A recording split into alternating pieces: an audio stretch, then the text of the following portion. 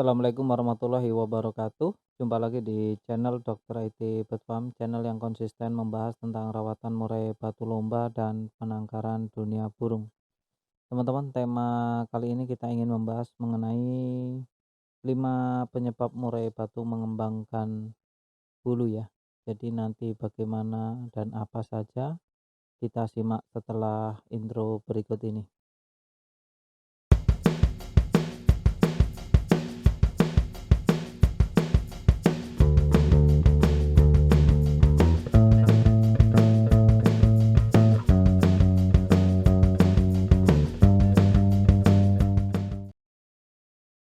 Nah, konten kali ini teman-teman, pembahasannya tentang murai batu mengembangkan bulu, yakni kita ingin bahas 5 penyebab murai batu kita mengembangkan bulu. Nah, simak terus ya, jangan di skip-skip nanti malah gagal paham. Untuk teman-teman yang baru bergabung dan baru menemukan channel ini, silahkan di subscribe terlebih dahulu. Yang pertama tentang penyebab ya, 5 penyebab ya atau 5 hal mengapa burung murai batu kita itu mengembangkan bulu. Yang pertama, murai batu kurang jemur. Jadi, ketika murai batu kita tiba-tiba mengembangkan bulu, itu bisa saja bisa jadi murai batunya hanya kekurangan jemur saja. Tapi ini juga bisa berdampak yang lain juga. Dalam artian mungkin saja hal lain juga terjadi, tapi eh, kurang jemur juga bisa menjadi penyebab atau salah satu penyebab yang burung murai batu kita mengembangkan bulu. Nah, itu perlu dicek lagi nanti ya, teman-teman, nanti kita bahas satu-satu.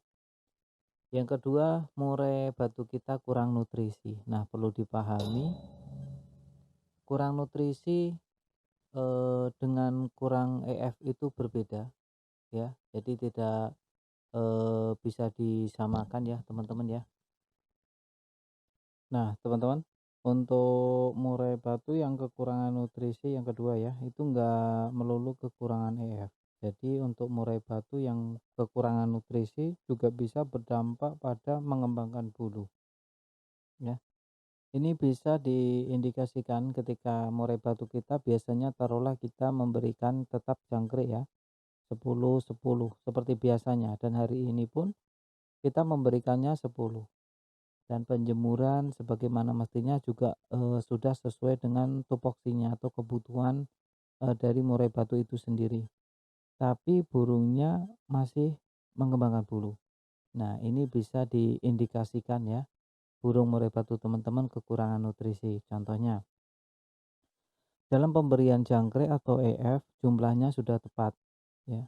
Tapi teman-teman lupa bahwa jangkriknya tidak teman-teman berikan makanan yang penuh dengan nutrisi dan vitamin. Ini bisa berdampak pada murai batu kita mengembangkan bulu. Nah, coba teman-teman untuk menangani hal seperti ini pastikan di setiap pemberian jangkrik ke murai batunya ya, sebelum kita berikan ke burung-burung kita, untuk jangkriknya kita kondisikan dulu. Kita bisa memberikan dedaunan segar ya, seperti daun pepaya juga bagus, terus daun kelor lebih bagus lagi, daun mengkudu juga oke. Nah, itu dedaunan segar itu bagus banget untuk jangkrik ya, yang akan dikonsumsi oleh burung murai batu kita yang orientasinya ke kontes tentunya. Terus mengembangkan bulu lagi yang ketiga penyebabnya adalah kekurangan EF. Nah, ini kalau tadi kekurangan nutrisi, kalau yang keempat ini ya, ketiga ya, ketiga kekurangan EF. Jadi jika burung murai batu seharusnya kita kasih 10 atau 7, kita cuma kasih 5 atau 3. Nah, ini bisa berdampak buruk pada burung murai batu kita hingga akhirnya murai batu kita mengembangkan bulu. Dan jika ini terus berlanjut dalam waktu yang lama, maka burung murai batu teman-teman bisa dipastikan sakit ataupun nyilet. Nyilet dalam artian kurus dan ya nyilet ya, untuk dadanya itu tajam atau runcing. Nah, ini nanti menyembuhkannya malah susah.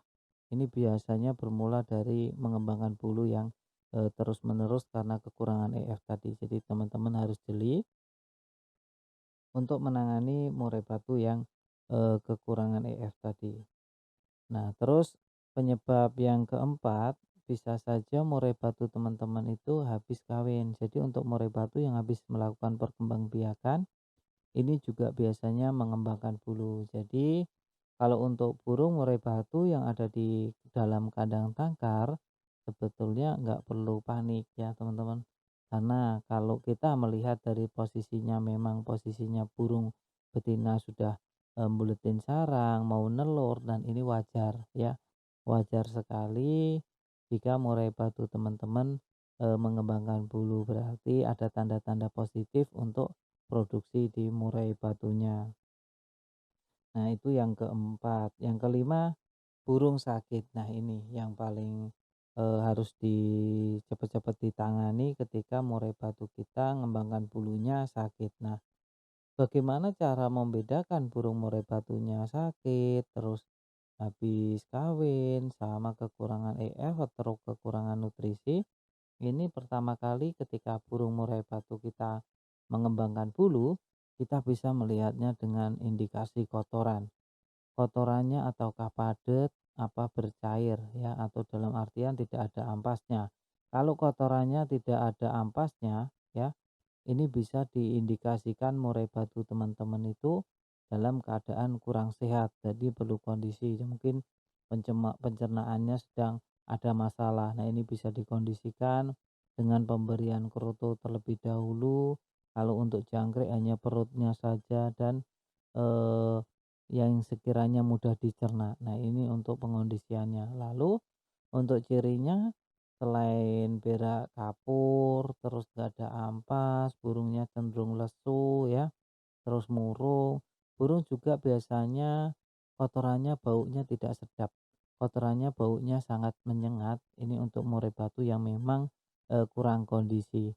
Untuk murai batu yang memiliki kotoran berair seperti ini, jangan dijemur terlebih dahulu. Kondisikan pencernaannya, kembalikan dulu seperti biasa sampai dia benar-benar mengeluarkan kotoran yang sekel ya, dalam artian kering ya, dan tidak bau yang menyengat. Nah, ini langkah-langkah kecil yang perlu kita pahami, makanya kita harus mengenal metode Manpack, yakni tentang ke 5 ya, metode Manpack yang kelima tentang karakter dari burung murai batu. Kita juga harus benar-benar memahami dari keadaan burung murai batu itu sendiri ya. Jadi tanpa meraba-raba kita juga, oh burung saya lagi seperti ini, yang saya harus lakukan maka ini. Nah, itu adalah interaksi kita dengan murai batu kita. Karena murai batu A dan murai batu B tentu berbeda dalam perawatan, meskipun ciri fisiknya sama, yakni burung murai batunya sama-sama murung, sama-sama mengembangkan bulu, tapi untuk memberikan solusinya belum tentu sama. Apalagi karakter murai batu kan berbeda-beda, antara murai batu satu dengan murai batu dua itu tidaklah sama. Oleh karena itu, coba kenali karakter dari murai batu teman-teman. Yang tahu karakter dan watak murai batu teman-teman ya teman-teman sendiri. Terima kasih sudah sampai sejauh ini, kita masuk ke penutup ya teman-teman ya. Perlu dicatat teman-teman sebelum kita mengakhiri video ini, bahwa video ini sebenarnya ditujukan untuk mereka agar lebih waspada untuk menjaga murai batunya. Tapi kembali lagi ke teman-teman semuanya, mau dijalankan silakan, enggak juga enggak apa-apa. Yang jelas saya cuma berpesan murai batunya dijaga baik-baik, jangan sampai rusak ya. Dan perlu dicatat juga, setiap murai memang memiliki karakter yang berbeda-beda. Jadi setiap perawatan tidak perlu diperdebatkan antara satu dengan yang lainnya. Kalau cocok dijalankan, nggak cocok ditinggalkan. Jangan cuma sekedar membaca judul saja ya. Pahami isinya, tonton dari awal sampai detik ini. Bagi teman-teman yang menonton sampai detik akhir ini, saya kira tidak akan ada perdebatan lagi di kolom komentar. Salam sehat.